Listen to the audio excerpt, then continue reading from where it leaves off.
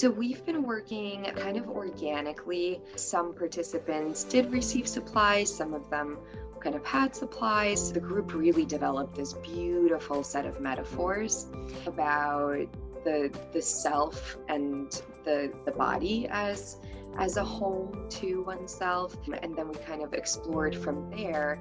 So that's like a kind of a standard directive, right? Like house tree person is an assessment in art therapy. We did bridge drawings, and those are like well-known directives, but the way in which they're extrapolating and building on those metaphors as a group has been really valuable.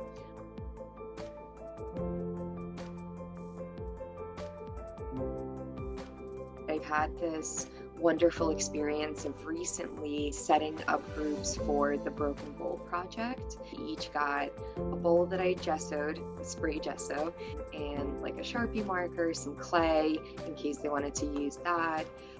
And I made little boxes for each of them with like beads and baubles and sequins in them, and that was a ritual that we would use in the studio as checking in or checking out, like passing around this little object where they could choose a token, dedicate it, kind of see what it brings up for them.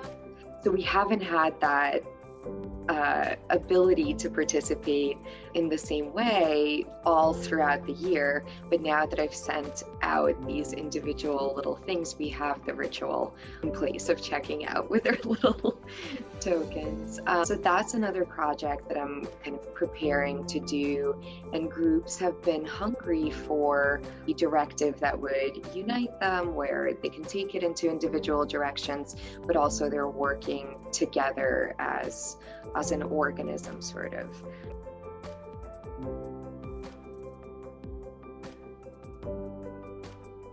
We have a set of kind of pretty specific group norms and expectations, and it's really an ongoing conversation where the clients are establishing their safety and rapport and how we're going to address things if they should come up.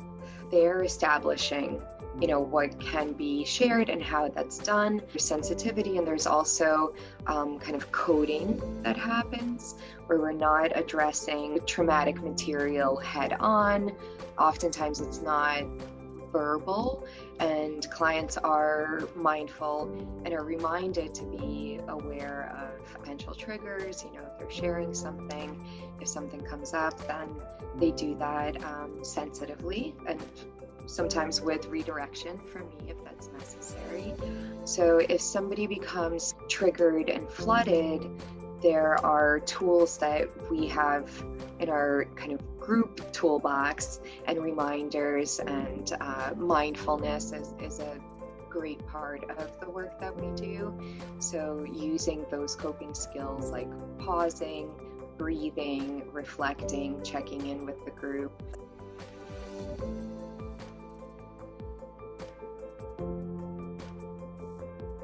Try to validate the fact that this experience is legitimate, and also bring light to the needs and feelings and similarities of experience within the group.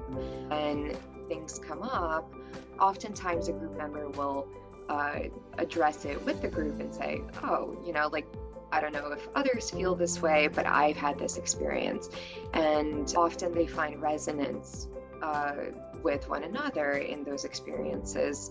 So it really gets brought up and kind of hammered out in the group. And where I can, I'll introduce like a theme or a directive or a way with working with that content, so that it's addressed in multiple ways in the art, in the verbal content, and as part of the group processing.